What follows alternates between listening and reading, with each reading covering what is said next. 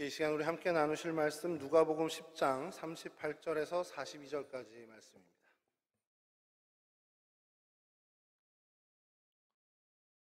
누가복음 10장 38절에서 42절 말씀인데요. 저랑 한 절씩 교독하겠습니다. 그들이 길을 가다가 예수께서 어떤 마을에 들어가셨다. 마르다라고 하는 여자가 예수를 자기 집으로 모셔드렸다. 이 여자에게 마리아라고 하는 동생이 있었는데 마리아는 주님의 발곁에 앉아서 말씀을 듣고 있었다. 그러나 마르다는 여러 가지 접대하는 일로 분주하였다. 그래서 마르다가 예수께 와서 말하였다. 주님, 내 동생이 나 혼자 일하게 두는 것을 아무렇지 않게 생각하십니까?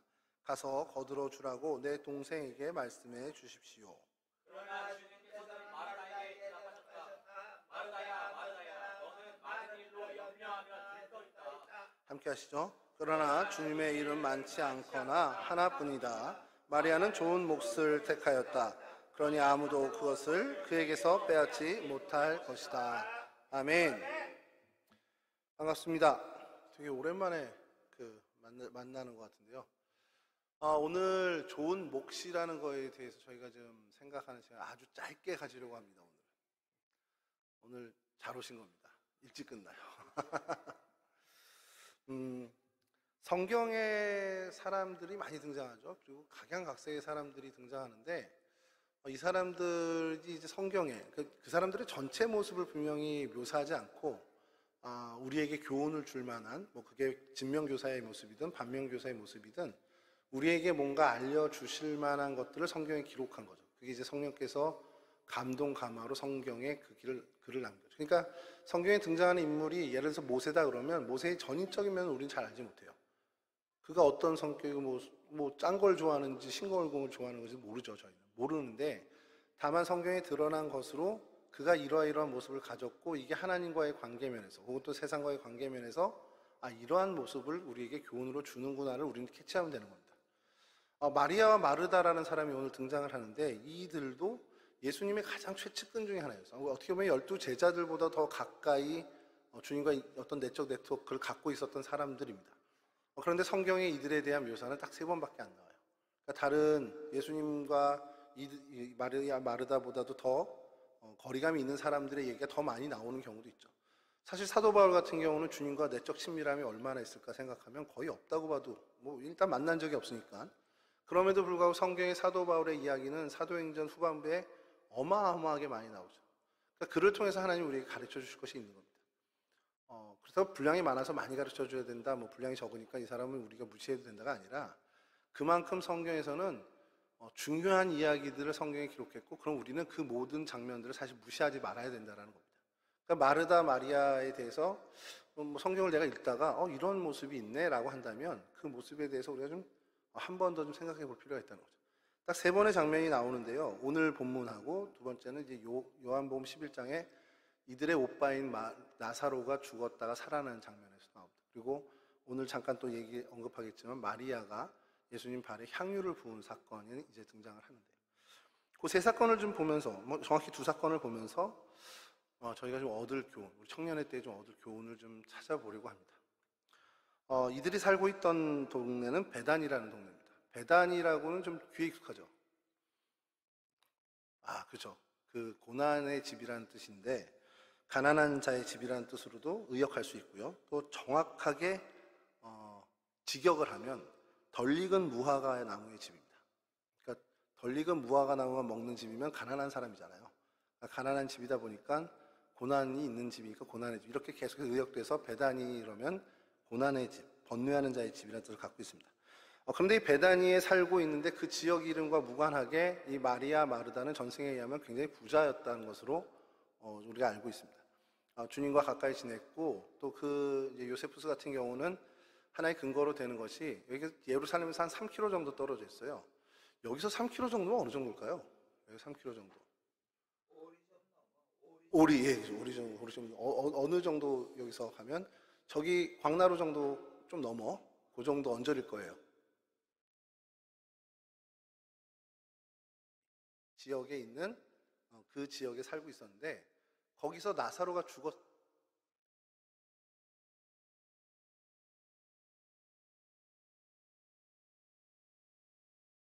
어느 정도 유력했다라는 거죠, 사람이. 야, 여러분들 아직 공감을 못하는구나, 그런 걸.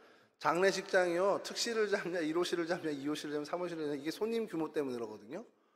손님이 규모가 많다라는 건 그분이 뭐 사회생활 잘했다, 뭐 이런 것도 수 있지만, 사실은, 그쵸, 많은 인적 관계가 형성됐다라는 건 그만큼 여유가 있다라는, 삶의 여유가 있다라는 것이니까, 당시 시대는 더했다는 거죠. 예루살렘 변두리 지역까지도 예루살렘으로부터 많은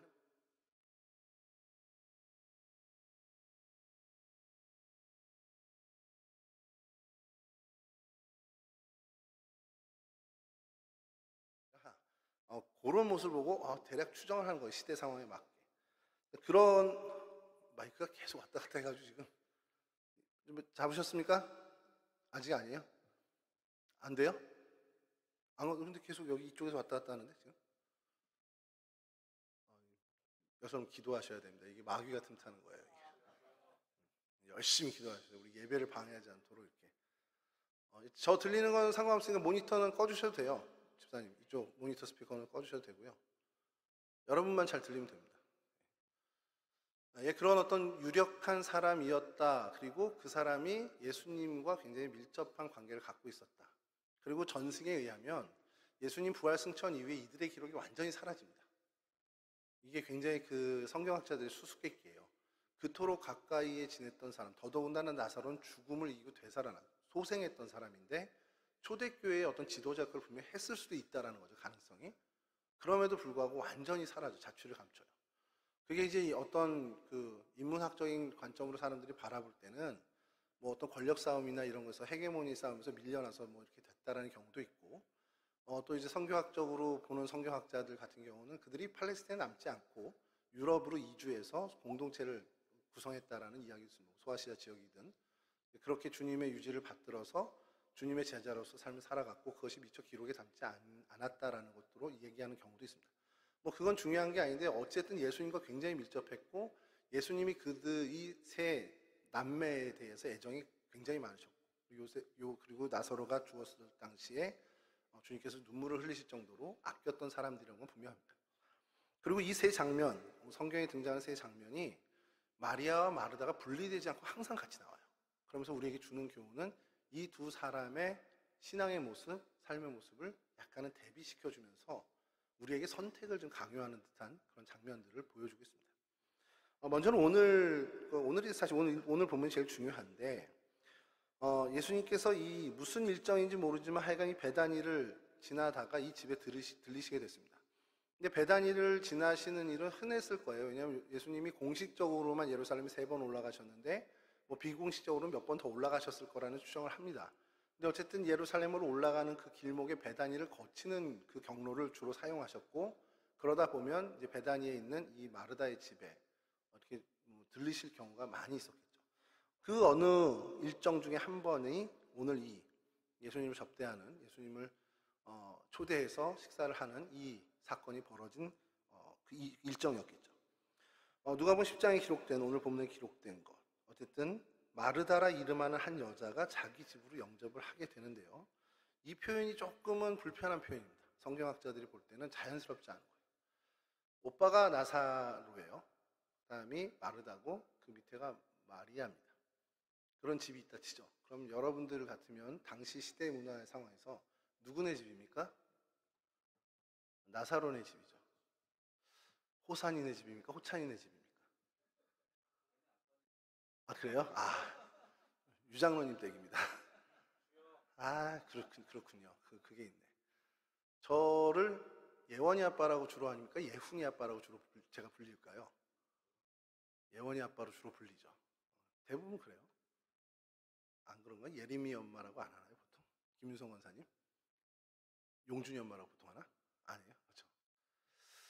여기도 그래요. 더더군다나 유대 사회에 남자 오빠가 있어요. 그럼에도 불구하고 성경에서 나사로의 집이라고 하지 않고 마르다의 집이라고 표현을 한다는 게 굉장히 이례적인 겁니다. 그래서 성경학자들이 또 연구를 하죠. 왜 마르다가 그 가정의 대표가 됐을까? 이런 얘기를 하면서 마르다의 남편의 집이 아니었을까? 그 큰 집이. 그리고 그것을 또 한 걸음 더 나아가서 얘기는 그 나병 환자였던 시몬의 집에서 향유 사건이 벌어졌으니 마르다와 그 시몬이 부부가 아니었겠냐라는 얘기까지도 합니다.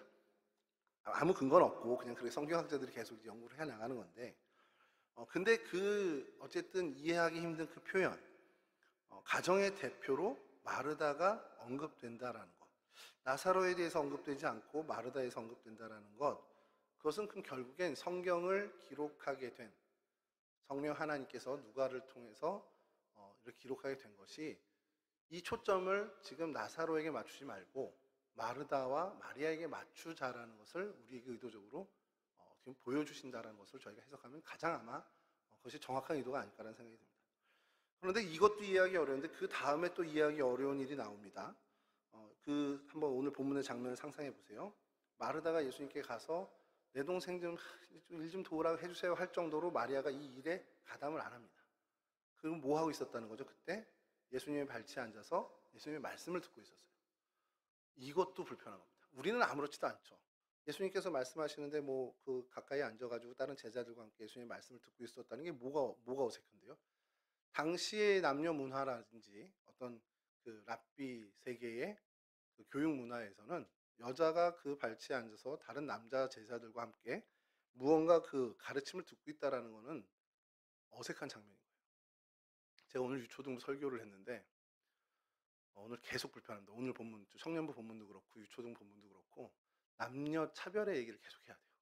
당시에는 여자는 사람으로 안 쳤어 뭐 이러면서, 오늘은 슬로보아세 딸들 얘기를 하면서 유초등부에서 아들이 죽어서 상속할 사람이 없으면 재산을 상속을 안 해주는 게 유대의 법이었어요. 옛날에 딸이 있어도 딸한테는 안 갔다는 거죠. 슬로보아 얘기는 다 아시죠?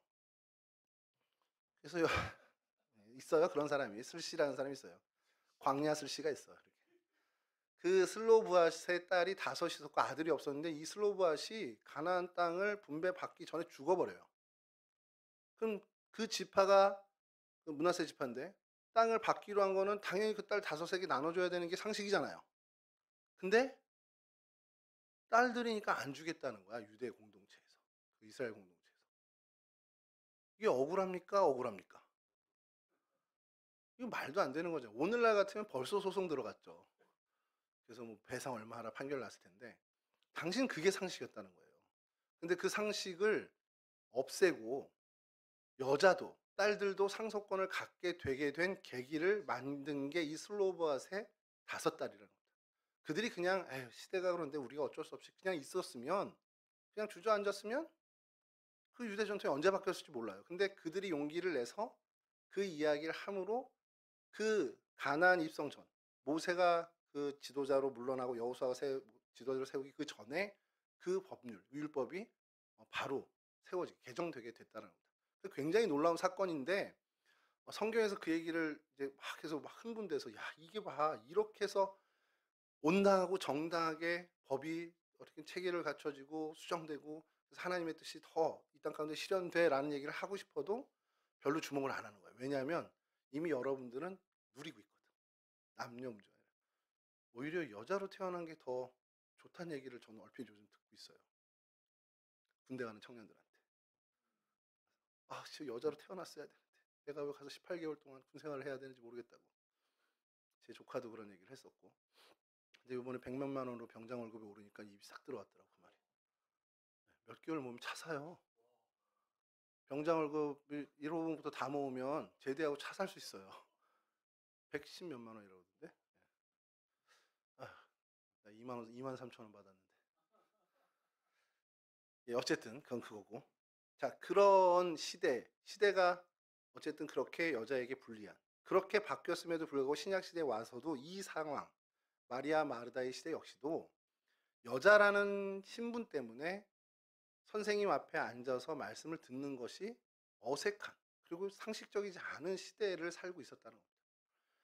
그런데 이 상식적이지 않은 두 사건을 이 본문에 보여주는 건 뭐냐는 거예요. 성경이 우리에게 이야기하는 것은 상식적이지 않고 시대 정신에 맞지 않음에도 불구하고 그 길이 맞다면 우린 그 길을 택해야 한다는 겁니다. 마르다의 집이다라고 표현하는 것이 아니다. 근데 마르다가 지금 중요하고 그 사람에 대한 이야기를 하기 위해서 마르다라는 걸 했다라는 것은 우리가 상식을 걷어내고 들어야 되는 거고, 마리아가 예수님의 발치에 앉아서 그렇게 학습을 받는, 이야기를 듣는 것이 당시 시대 정신이나 상식에 맞지 않는다 하더라도 그것이 맞는 것이라면 우리가 거기에 더 주목해야 된다는 것이 성경을 읽는 우리의 자세라는 거죠. 자, 그런데 이 주님께서 이 성경을 기록하시면서 이 마르다와 마리아가 상식적이지 않은 장면을 보여주고 마리아는 제일 상식적인 모습으로 보여줍니다. 그렇게 대비를 해요. 그래서 당시의 상식에 마르다는 어떻게 했냐? 손님이 왔으니까 집주인으로서 접대하는 일에 힘을 쏟는 겁니다. 거기에 올인하는 거예요. 음식을 장만하고 뭐 불편한 거 없게 뭐 하는 그런 거에 올인을 하고, 마리아는 전혀 다른, 그것과는 전혀 다른 상식적이지 않은 일에 올인하고 있었습니다. 자, 그러면 우리는 어떻게 보통 평가를 해야 됩니까? 상식적인 사람이 칭찬을 받고 상식적이지 않은 사람에 대해서는 우리가 비난까지는 아니더라도 권면은 해야 되는 그런 어떤 분위기로 가야 되죠. 맞잖아요. 이렇게 반응이 없어서 이렇게. 자, 그런데 주님의 반응은 어떻습니까? 주님은 어느 쪽에 손을 들어준 것 같습니까? 여러분 오늘 본문을 읽으면 마리아의 손을 들어준 것으로 저희는 정확히 볼 수 있습니다. 근데 그렇다고 마르다를 책망했냐? 또 책망한 건 아니에요. 예수님의 표현이 있잖아요. 예수님 표현 잘 쓰시는 게 마르다야 마르다 이렇게 두 번 부르시는 건 그냥 정말 이렇게 이리 와봐 이렇게 굉장히 온화하게 가르쳐 주시는 거예요.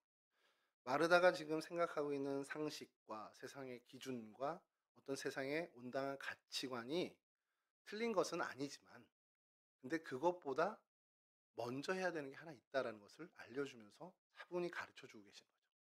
그러면서 마리아가 그 좋은 몫을 택했다는 겁니다.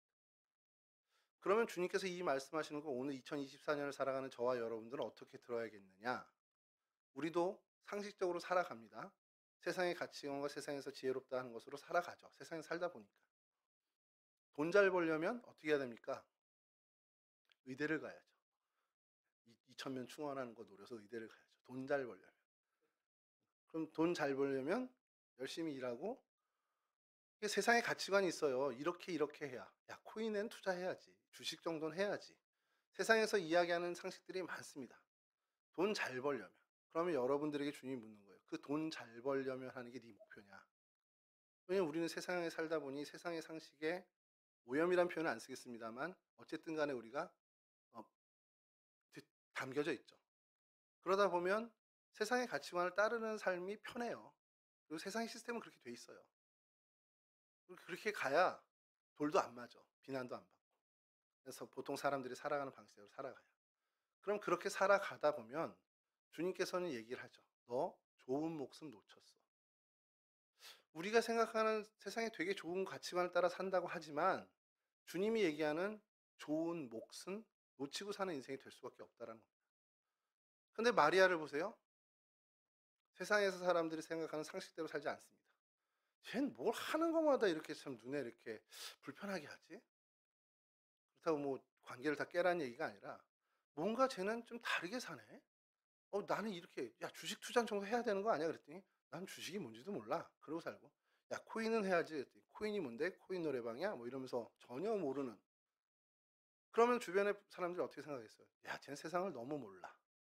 라고 하는 삶의 모습을 가지지만 정작 그러한 삶을 통해서 주님이 얘기하는 좋은 몫을 소유한 사람이 될 수도 있다는 겁니다. 만약에 이 두 가지밖에 없다면, 물론 그 많은 경우의 수도 있겠지만 여러분들 앞에 놓여진 경우의 수가 딱 두 가지밖에 없다면 어디를 택하는 것이 지혜롭냐는 거예요. 세상 사람들이 조금은 의아해하고, 그래서 미워하고 싫어한다는 건 아니에요. 좀 이해 못하고, 쟤는 왜 저렇게 살까? 궁금하네. 라고 이해하지 못하고 공감하지 못하나 좋은 목숨을 가진 사람으로 살 것인지, 아니면 세상 사람들도 야, 쟤는 정말 잘 살아. 인생 저렇게 살아야 돼. 야, 쟤처럼 살아야 돼. 하나 좋은 몫을 놓치고 사는 사람이 될지. 그럼 그거를 우리는 결정해야 한다는 겁니다. 좀 불편한 얘기일 수 있겠지만 여러분 교회에서 봉사하고 열심히 하는 것 참 좋습니다. 봉사 안 하는 사람 없죠, 우리. 심지어 우리 오늘 윤섭 형제는 이 자리에서 설교까지 했습니다. 내가 유초등부 설교만 안 했으면 내려와 들어야 되는데 그걸 못 들었어요. 그래서 제가 막 개탄하고 있으니까 우리 전대준 장로님께서 녹화됐습니다 그러시더라고요. 그래서 오늘 유튜브 들어가서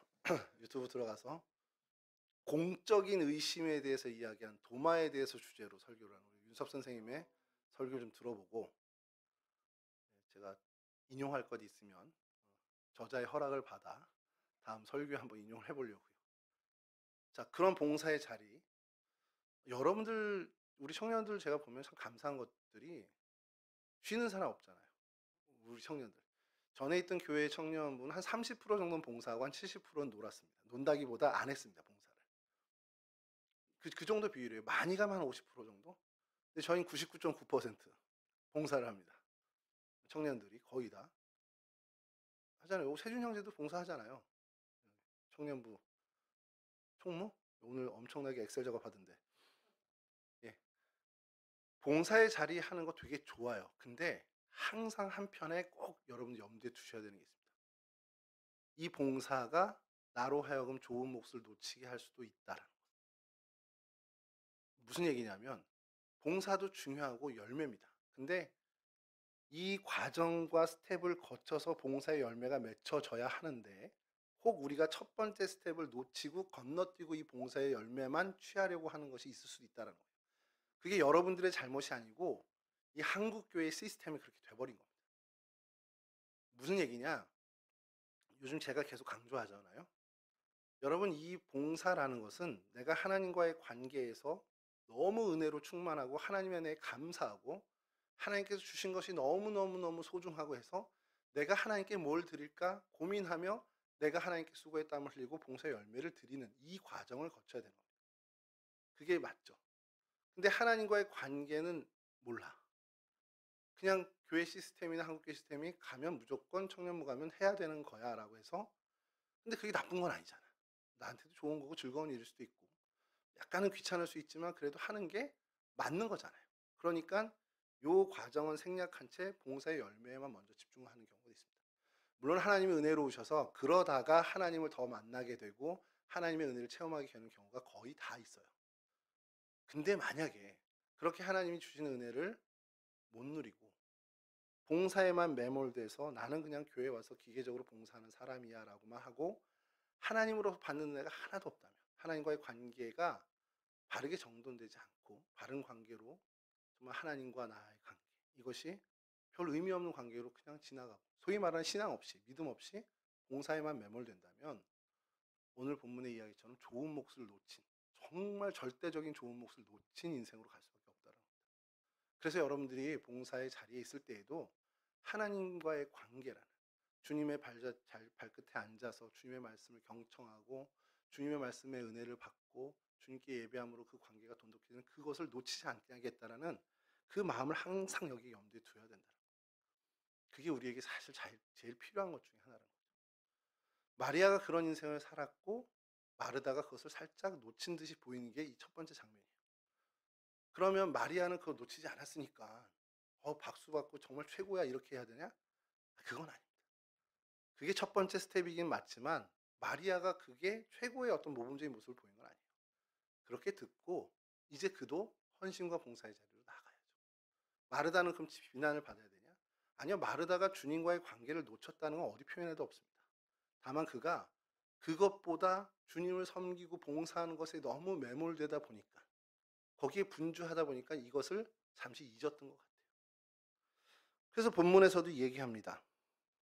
오늘 본문에서 제가 원어를 잘 안 쓰려고 하는데 웬만하면 마르다는 여러 가지 접대하는 일로 분주하였다라는 그 표현에 분주하였다가 헬라어로 페리스파오라는 단어인데 이게 분주하였다는 말로 번역이 돼서 그렇지 실제로는 끌어당기다라는 단어입니다.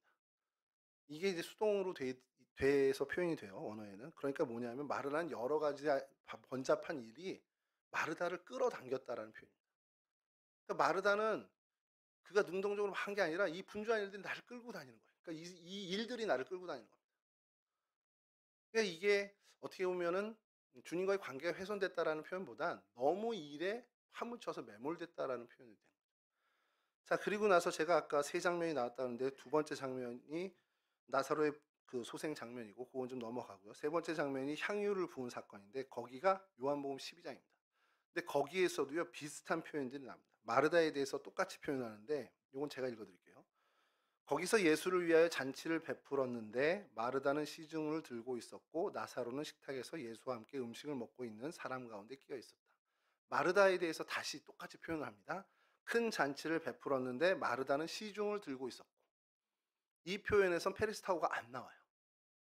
제대로 일을 하고 있었던, 제대로 주님을 섬기고 있었던 겁니다. 그러니까 마르다도 이 일들이 나를 끌고 다니던 그런 어떤 매몰돼 있던 그 봉사 현장에서 정신을 차린 거죠. 그리고 그가 후에는 어떻게 됐냐? 정말 높은 가치, 칭찬할 만한 가치, 주님과의 관계는 온전해지고, 그래서 주님을 온전히 섬기는, 주님께 시중 들고 있었던 모습의 봉사자로 국권에 채워집니다. 사실 이 모습이 우리의 목표죠. 그럼 마리아는 어떻게 됐냐? 그냥 주님의 말씀에 청종만 하고 봉사는 하나도 안 하는, 어떻게 보면 약간은 유아적인 그런 모습. 물론 그것이 좋은 몫을 택한 것이긴 하지만 아쉬운 그 모습에서 머물렀냐? 아니요. 여기서 어떤 사건이 벌어집니까? 주님의 발에 향유를 부은. 또 상식적이지 않아요. 1년 연봉이 해당하는 그 향유를 예수님 발에. 그러니 제자들도 막 상식적이 않은 표현에 막 반발하는 겁니다. 야, 이거 팔아서 가난한 사람 나눠줘도 모자랄 뻔 이걸 어떻게 거기다 쏟아붓냐고. 그럼 그의 헌신과 이 봉사가 정말 그 상식적이지 않고 그 제자들이 얘기하는 것처럼 이상한 짓에 해당하는 것이냐? 그렇지 않죠. 주님은 또 뭐라 그러십니까? 그가 나의 장래를 기억했다. 예비했다. 어느 누구도 주님의 장래에 대해서 신경 쓰지 못하는데 이 마리아는 주님과의 좋은 관계, 그 좋은 몫을 소유한 사람답게 그의 헌신과 봉사는 주님께서 너무 마음에 들어 하시는 주님의 장래를, 십자가 사역을, 주님께서 이 땅에 오신 정말 원초적인 목적, 그 근원의 목적에 부합하는 그 일을 바라보고 거기에 헌신과 봉사를 했다는 거예요.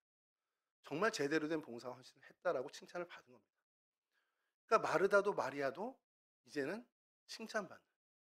그런데 이제 순서는 좀 바뀌었었겠죠. 주님과의 어떤 관계 먼저 하지 못하고 봉사에 매몰되다가 깨우치고 다시 이것을 수습해서 주님과 좋은 관계를 맺는 마르다.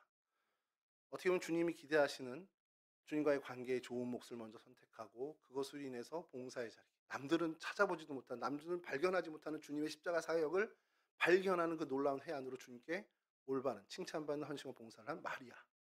둘 다 이제 마지막 모습은 같았지만 이 과정은 조금은 둘이 좀 차이 나게 같더라. 아마 우리에게 주어진 그 신앙의 여정에 이 두 여인의 비교 모습이 우리 가운데도 항상 어떻게 보면 교차될 거예요. 어느 한 청년의 인생이 마르다처럼 똑같이 가지도 않을 거고 그 인생 하나에도 마리아의 모습과 마르다의 모습이 계속해서 뒤섞일 겁니다. 그러나 우리가 놓치지 말아야 되는 것은 좋은 목. 주님께서 그래도 좋은 몫을 먼저 하라 하신, 먼저 우선순위에 두라 하신 일에 최선을 다하는 삶을 살아야 한다는 것이죠. 근데 그게 오늘 이야기한 것처럼 마리아의 모습에서 드러났을 때 우리가 좀 겁먹을 수 있는 게 상식적이지 않은 모습이 있을 수 있다는 거예요. 세상 사람들이 또 친구들이 쟤는 좀 독특해, 유별나 이렇게 이야기하는 모습이 될 수도 있습니다.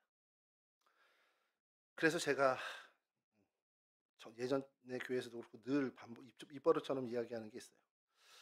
빌 게이츠라고 혹시 아세요, 여러분? 빌 게이츠. 이번엔 좀 해봐야 돼요. 아는 사람. 빌 게이츠. 예. 그분의 회사는 마이크로소프트라는 회사입니다.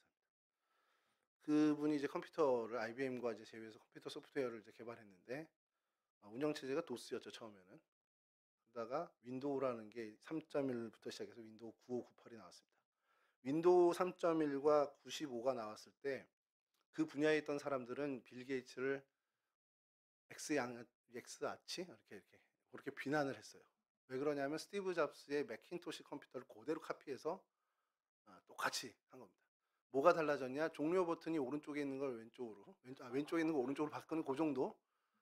그러니까 창을 띄운다라는 것 자체를 완전하게 카피를 해서 이제 스티브 잡스가 전화까지 해서 뭐 항의했다라는 이제 설이 있을 정도로. 근데 이제 그게 뭐 저작권이나 어떤 이런 거에 걸리지 않게 되고 특허에도 걸리지 않게 해서 어쨌든 개발이 됐어요. 그리고서는 당시에 뭐 30% 점유를 하고 있던 맥킨토시가 완전히 없어서 8, 90%까지 점유를 하게 됩니다. 윈도우 OS가. 그러니까 그 분야를 사건을 아는 사람들은 빌 게이츠는 뭐 못 쓸 놈이라고 해서 아주 막 싫어하는 사람이 되게 많았어요. 근데 빌 게이츠를 좋아하는 사람도 많죠. 획기적인 어쨌든 이 컴퓨터 세계 패러다임을 바꾼 사람이니까 인정하면서 대단한 사람이라고 좋아하는 사람도 있습니다. 저도 사실은 좋아하는 사람 쪽에 섰다가 마이크로소프트 그 MS 워드와 엑셀, 파워포인트 가격을 올리는 그때에 제가 이제 마음을 돌아서서 싫어하는 사람으로 됐죠. 그래서 제가 외치는 건 리눅스의 창업자 이야기처럼 정보는 공유돼야 한다라고서 외치면서 어둠의 경로로 많은 것을 했습니다만 이제는 이제 회개하고 정식 버전을 구매해서 사용하고 있습니다. 여하튼 빌 게이츠라는 사람을 이야기할 때 저 사람을 싫어하는 사람도 엄청 많고 좋아하는 사람들도 엄청 많아요. 근데 재미난 건 빌 게이츠 그게 뭔데 무시하는 사람은 없다는 거예요. 왜냐면 그 분야에 압도적인 사람이거든요. 그러니까 어느 목사님이 그 얘기를 한번 설교 중에 하시더라고요. 빌 게이츠 좋아하는 사람 있고 싫어하는 사람 있는데 무시하는 사람 없잖아. 근데 그 얘기가 저한테 딱 꽂혔어요.